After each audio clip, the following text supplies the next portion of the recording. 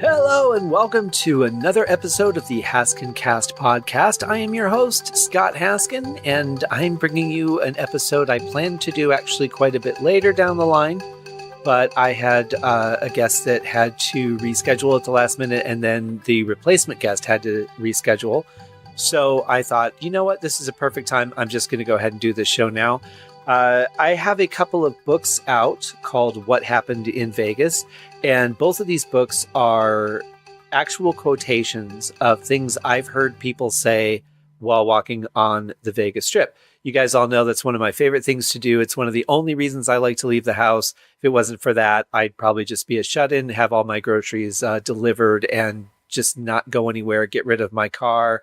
But I live here in a very exciting town. And so I want to go see what's going on. It's amazing to me. And the timing of this is actually pretty good because I just this weekend hit my 4-year anniversary living here. And what amazes me the most is that I've been doing my walk for a little bit longer than that. Because when I would come up here to visit, I would do a partial walk. And so these books actually originated before I moved here.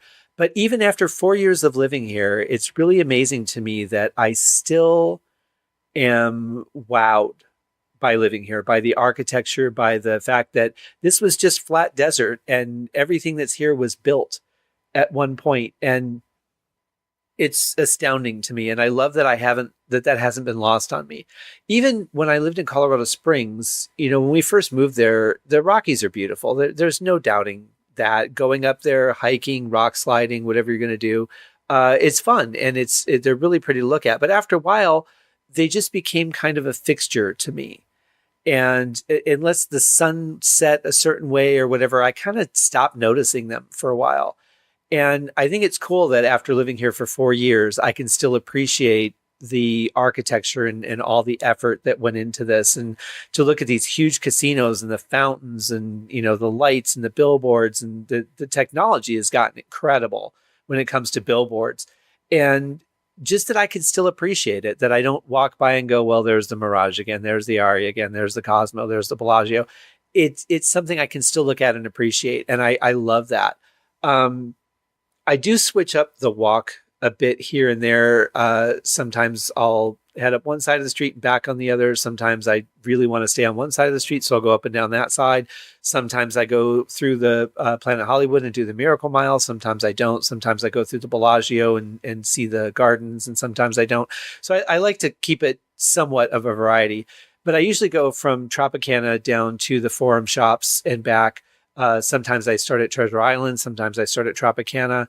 It just depends on what mood I'm in, kind of where I want to be. Sometimes it depends on where I'm going to eat, which I plan to eat somewhere and then I talk myself out of it. And sometimes I end up not eating at all. It's kind of a weird thing that I do. But the point is that I still love going down there after all this time. And I'm really one of the only locals that actually enjoys going down to the Strip. But I remember the first time I came here with my brother, and we stayed at Treasure Island, and we walked, I believe it was to the Bellagio. And I thought, oh my God, this is so far. It's just, I don't even want to walk back. And I look at it now, and that's such a short part of my trip. The Strip, the part that I walk that's just such a minuscule part of it. So it's kind of funny to look back at my perception when I first came here versus now that I'm so used to it. And the hotels, like the distances don't seem as big of a deal to me.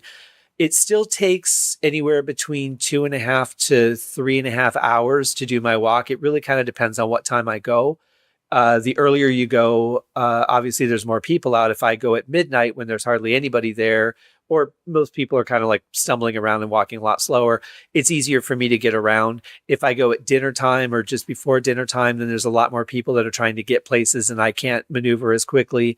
So it really depends on what time I go. Also, what day of the week. If I go on Friday or Saturday, obviously there's going to be more people out there, but there's always a good amount of people at all over the Strip. But what happened was when I would come out here to visit, I would hear things that people would say, and, whenever you hear the middle of a conversation and it's completely out of context, sometimes it can be funny. Sometimes it can just be senseless. but I would hear something that was kind of funny or would strike me as funny, and then I would post it on Facebook or Twitter, and people kind of went nuts for it.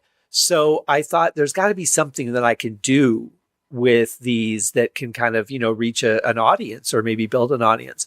And I thought, well, I've released a book before. I did my Becoming an Indie Film Composer book at that point. And I thought, well, maybe I could do something like that. Maybe I'll do like a coffee table book and just have, some quotes in there and some nice pictures. And then I looked into what it actually costs to release a coffee table book, like something that's larger than a book in a nice, binder and nice paper cover.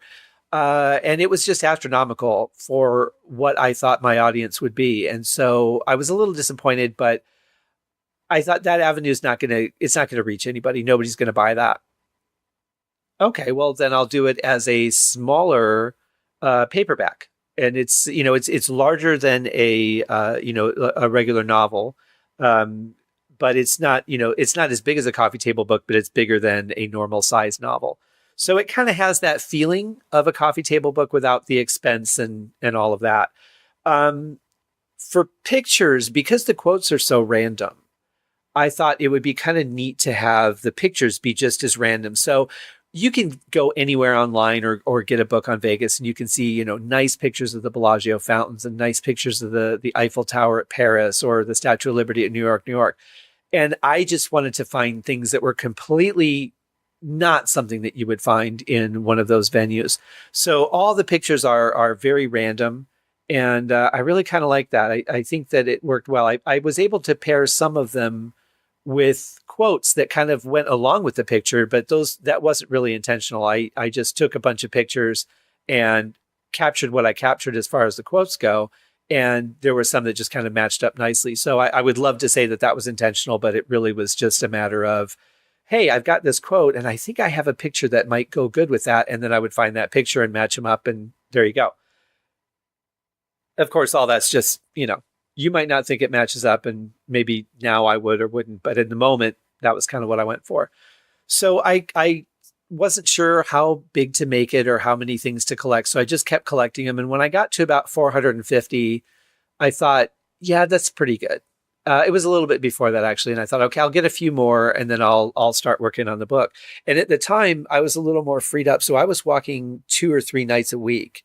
And right now, if I can, I'm getting 1 a week. And I really need to try and get out there at least once a week, if not twice, just for the exercise. Not the healthiest place to walk with all the cigarette and pot smoke and loud music, but a good place to walk. And it's interesting. If I walk around my neighborhood, that's kind of boring, especially when I have a street like that to go and peruse. So at the time, I was doing about 2 to 3 walks a week. And it was pretty easy to collect a good amount of things. And it really didn't matter what night. Friday and Saturday weren't necessarily better than Tuesday or Wednesday. It's just who you happen to be around, what you happen to catch, and just whenever somebody happened to say something. So I would hear somebody say something, and then I would kind of back off a bit and get away to a place where I could record that into my, either text it to myself or into a voice recorder. And then I would come home and I would transcribe all the things that I heard into a spreadsheet. And that's how I kept track of them. And then, I kind of looked at them and there's not really an order to them, but there's certain things that like these two are kind of similar. So I'm going to split those up. So there was a little bit of editing involved, but for the most part, they just kind of went mainly in the order that I heard them. Sometimes if I was pairing it with a picture, I might move it a couple of pages down where I was going to do a single picture and 1 quote instead of 2 pictures or 3 pictures or 3 quotes on a page. But other than that, there wasn't really a lot of editing. It was mostly just spell and grammar checking. If they said it in a way that was not proper grammar, I put it as it was. But some of the things as I transcribe them, of course, you're doing voice text and voice text never comes out the way you want it to, especially when you're trying to hurry. So a lot of them I ended up not being able to use because I couldn't remember what they actually said and I couldn't decipher what my text was. So, and you can't really do the voice recording too much because it's really loud out there and you're not really going to be able to hear what you're saying into the speaker of the phone or into the microphone. So, I had to drop a lot of the things that I heard. So then I was like, okay, well, now I only have, 420. So now I got to go back and do some more. So then I would go out for a couple more nights. And I remember the last night that I went out, I got like 24, I think it was. And I thought, well, that's great because now I could just start working on the book, which I started working on the next day. So it's a lot of tedious work to construct it, to make sure that the margins and everything on each page are exact, so that as you're flipping through the book, you have consistency. Especially because it's going to depend on the size of the quote. If it's 1, 2, or 3 or 4 lines, if there's 3 quotes, 1 quote, 2 quotes, to get everything to line up and make sure that it's accurate and even from one to another is a little bit painstaking. But in the end, it becomes kind of quick. And then if you go back and you adjust something on page 17, well, now it throws everything else off that's behind that. So you have to make that adjustment to put everything else back in line that follows it. And the publishing part is actually really easy. I used CreateSpace through Amazon to do the book, and you can get it on Kindle or in print. I edited the Kindle version a little bit differently because it didn't, it doesn't flow exactly the same when you're reading a paperback book. The Kindle size of the page is a little bit different. So I wanted to make the quotes readable. So I used a different font, which then changed the size of each page or the viewing of the size of each page to make it readable. So there was a little bit of difference, but all of the content is exactly the same. It's just a matter of how it's laid out from one to another. So you're not gaining or losing anything going from one version to the other. I actually really like the print books. I think that the cover art came out really nice and crisp. The lettering came out great. I like the yellow and white color scheme. That seems to work. Unfortunately, the girl that I had on this, I no longer work with. So everything that I do now is through my friend Rebecca Poole, who does an amazing job with the lettering. And on these books, I do the covers myself, the artwork. For the first one, I used a picture that I purchased online that was a great aerial shot because I don't have a helicopter, believe it or not. And I don't have access to a helicopter in Vegas to where I could get a good aerial shot myself. The second book, the cover is actually a picture that I took of Caesar's Palace. And I think it came out great. It's slightly blurry, which I liked because, when you read the phrases and things, it's pretty much a drunken ramble a lot of times. And it's pretty obvious that people are influenced by something that they've taken. And I'll leave it to whatever that might have been. So I kind of like that it's not crisp. In fact, the first book, the cover is slightly blurry as well, too. Even the lettering on the Cosmopolitan at the top is just not perfectly in focus, which I like. I think that was one of the things that originally attracted me to it, was that it was not a perfectly crisp photo. So I had fun with that. And then my brother Lee helped me do the sizing, because when you do a print edition, the size of the cover actually depends on how many pages it is, which makes sense because the art has to stretch from the top cover all the way around the spine and then to the back, unless you merge 3 pieces together or 2 pieces together. It has to fit so that when the book is printed, the picture looks right, the spine looks right, everything's lined up nicely, depending on how many pages. So you can't really even start that process until you're done with the book itself, because you don't know how thick it's going to be. And that's obviously going to affect the work. And it's kind of it's one of those things where I really don't like to waste time. I like to work as efficiently as I can. That helps me get more things done. So if I were to start the cover, I'll get the picture, but if I were to start actually working on the cover, have him work on the cover, and I don't know how big the book's going to be yet, then it's really kind of a waste of time, because a lot of work that you do would have to be redone. So why bother starting that until it's time to actually work on that, and you can just do it once? Seems to make sense to me anyway. So the first book came out. I had the 450 phrases and did the Amazon upload. Had to retest a lot with Kindle to really get it to work. The second book went much more smoothly because I didn't have to. I knew what I was getting into going into editing it for Kindle, so I was able to avoid a lot of the problems I had with the first one. And it was really all just alignment and trying to understand how it worked on Kindle. and then having to export a copy, send it to my Kindle, wait for it to show up, upload it, then go through and look page by page and then go, oh, okay, I found an error here. I got to fix this page. If I read the whole thing, then everything's going to be affected by that one, and repeating the process. And because it's such a picture heavy book, it took a long time to render and then upload to my Kindle. So that really was a lengthy process. And like I said, fortunately on the second one, that wasn't as much of a chore as it was on the first. But they were fun. I mean, just put some music on, had a movie or two playing, at different times while I was just editing, because it's something that you need to focus on and do right. But at the same point, it's like I wasn't creating anything. I wasn't really using my brain so I could have an external sound source on. It was really fun. And then I put the first book out and I got some good feedback on it. And then, there's always somebody, no matter what you do. And we've talked about this with some of the guests on the show. There's always somebody that has to just say something that isn't necessary just to say something. And there was one person, and I don't mind negative feedback, or I don't mind people not liking my work and saying that they didn't like it if there's a legitimate reason. If there's something about the music, something about a pitch or something that kind of didn't really make you happy or whatever, those things are all acceptable. And you realize that tastes are subjective, but one person had put on Amazon, they gave me a 1 star and said that it wasn't what they wanted it to be. They were looking for a Vegas story, something more in the way of a novel.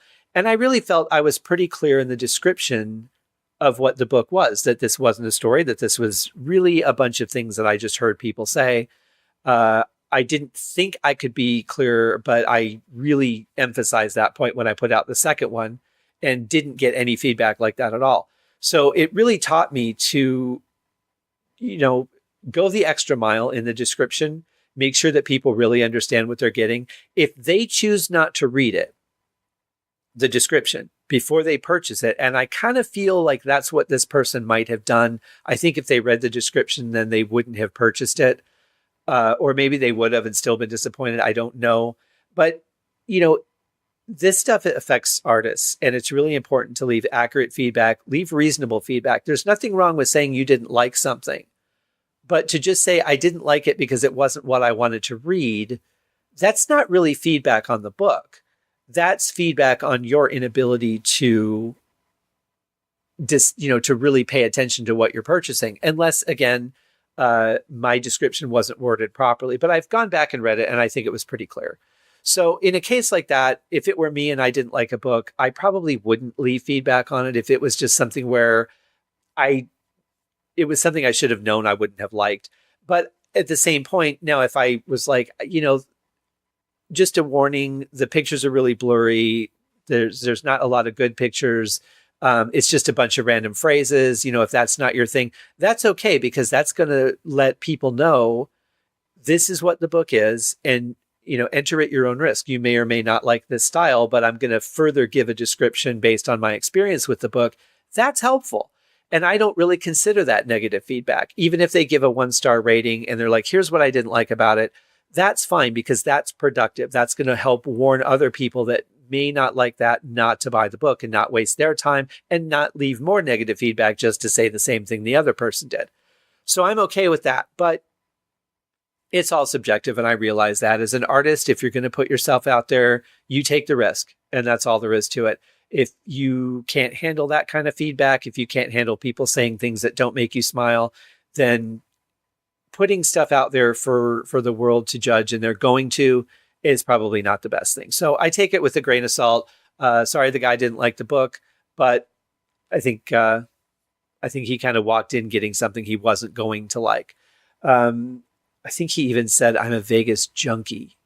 And I don't really know what that means, because it's different experience for everybody. It depends on what you like. There's people that just come here to go to the shows and they wait around all day. They really don't do much. And then at nighttime comes and they go to dinner and a show.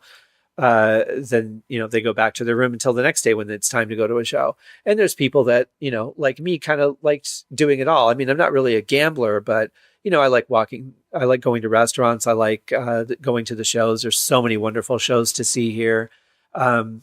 some of the shows I've recently seen and I always do like a small blog on the show that just kind of lets people know a little bit about it to see if they might be interested in seeing it. But Absinthe was one I saw recently for the first time, and I absolutely loved it. Opium, which is another Spiegel World show like Absinthe, was fantastic. They just hit their 1-year anniversary. Very excited to see the new show that's coming in September. I don't know if it's going to have live musicians or not. Absinthe did not, but Opium did. So I don't know which one this is going to be, but it should be interesting anyway. And just a heads up on this one, like I would leave feedback on the book, they're very, very, very heavily sexual shows. When I say that, I don't mean orgy-wise. I mean comedy, sexual comedy, a lot of references, a lot of, visuals, a lot of innuendos and things. So if you're okay with that, then they're great shows to go see. If you're somebody who does not want to be involved with that kind of material, I would say go see a different show. There are plenty of them here. Spiegel World shows probably would not be for you, but if you're okay with it, get down there because they're amazing. What I love about those shows too is that the stages are so small, but they do so much with that room.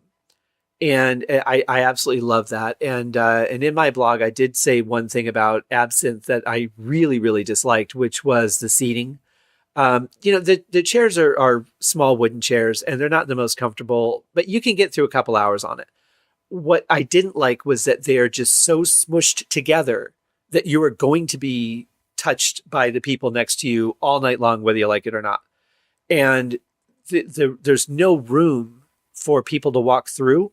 So you have to almost get up on your chair to let somebody pass you by if they've gotten up to get a drink or go to the bathroom or whatever. Really uncomfortable. And I get that the theaters are small and they're trying to cram as many people in there as possible. Without shows, ticket sales, they're not going to be able to continue. And I can understand that, but it's just so uncomfortable to get through. So Opium was better. Opium was much more comfortable, and Absinthe was just a crush fest when it comes to the seating. But the show is fantastic. I absolutely loved it. The audio quality in both theaters is fantastic. The shows are amazing. So, when you come to town, maybe put those on your list of shows that you might want to check out. But let's get back to the book. So just to give you an idea of where this all originated, the first one I can really remember well before I think I'd even come to Vegas. Might have been that same year. But I was working at Wells Fargo, and I remember we had these dual cubicles where there was a filing, like a table-sized filing cabinet in between, and then two people would sit in one cubicle. And I was walking through the underwriting department because it was the mortgage division. And there was a guy and a girl that sat in one of those dual cubicles, and she just popped out of her chair and put her hands on her hips and said, "Well, I'm glad you think I'm better than a small monkey." Where do you go with that? I had so many questions. I mean, first of all, why wasn't she better than a medium monkey? Why was he even comparing her to a monkey of any size? I mean, there were so many things. And I realized we hear these things all day. All the time, we hear people walking by saying something. We walk by somebody saying something. We hear these fragments or middles of conversations. But sometimes there's little gems in there that are really particularly interesting like that. And I never talked to them about it. I didn't want to know what was behind it because just that in and of itself was kind of interesting. And then I kind of just would hear things now and then, but I started to pay attention to it a little more. So when I started coming to Vegas, it was really easy to pick up on these things because there's so much of it that goes on around you, whether even in the daytime, just hearing middles of conversations as you're walking around in a hotel or on the strip. But obviously, the later it gets into the night and the more people are tired or that substances are kicking in or, whatever they're doing, it gets more and more interesting. And so, like I said, I would just go, "Oh, that was interesting." And I would kind of remember it, or I'd type it up on Facebook or whatever. And then people are digging it. And I like to do things that make people happy. So why not? and people dug it. So I got I got some good feedback on Amazon for doing the book, and I've had a lot of people contact me and say that even now, it's been a couple years since the first one came out, and they just kind of leave it out, and every once in a while when they want to smile, they'll just open it to a random page and read something, and flip to another page and read something. And that was really what I wanted. I wanted to have something that, yeah, it's not something that you're just going to sit down and read from cover to cover, because if you do, it just kind of gets old. It kind of loses that thing, because you're not really, each one isn't special, And I remember on the Office, when they were going over all the pranks that Jim had pulled on Dwight, and he says, one after another, they just don't sound that great. And I think that's kind of the same thing with books like this, where you're just reading phrases. They really just kind of, after a bunch of them, you're like, oh, okay, yeah, I get it. But if you just open it randomly, then it's kind of something, So that was the idea behind the book, and why I wanted to do it as a coffee table book, because that's more the thing that you would do with something like that. So I love that. I love that people enjoyed it. I love that it made people laugh. And, that's why I did it. And that's why I put these books out, and, they're still out today. And the links, of course, are in the description to the Amazon pages, where you can either get it in print or Kindle. I still do have a couple of print editions. So if you want an autographed copy, send me an email to scott@scotthaskin.com. And if I still have some, then I can get you one of those. But, just the idea of opening something to a random page, that's what I'm going to do right now. And we'll just see what we find. Okay, so here's a perfect one. And I happen to actually have a picture right at where this happened. So I put this on the page. It was inside of Planet Hollywood Hotel.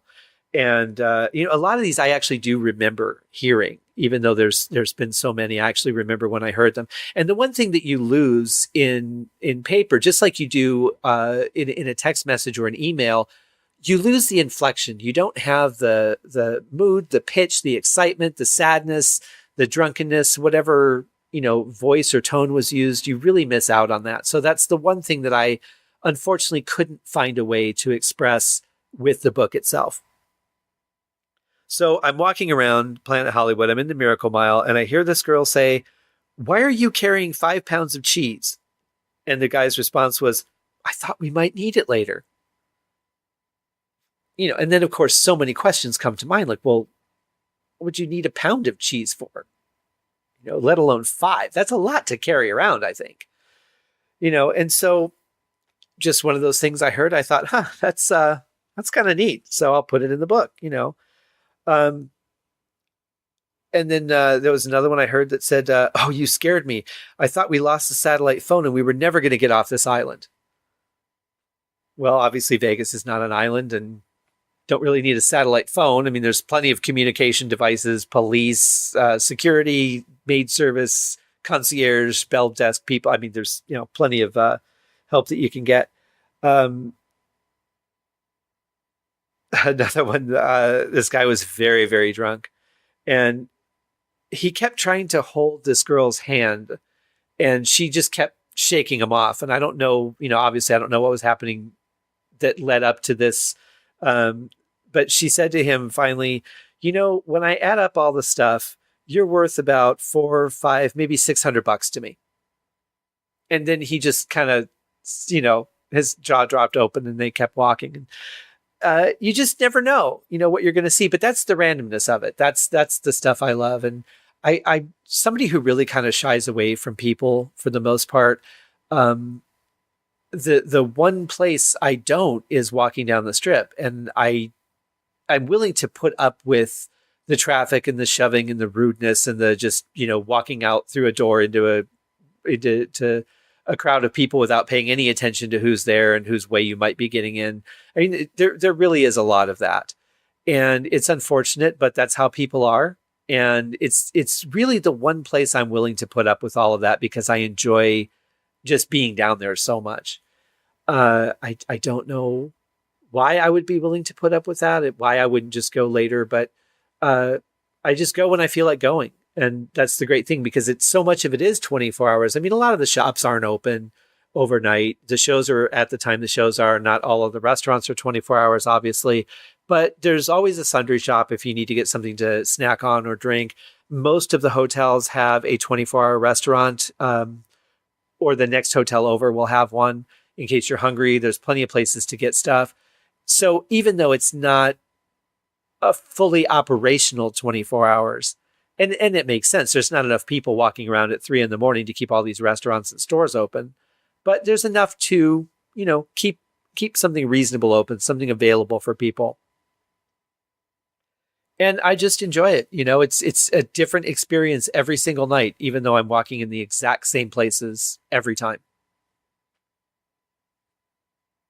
So that's pretty much it in a nutshell. That's why I put the books out. And then, of course, I got enough positive feedback on the first one to where I thought, I really want to do a second one.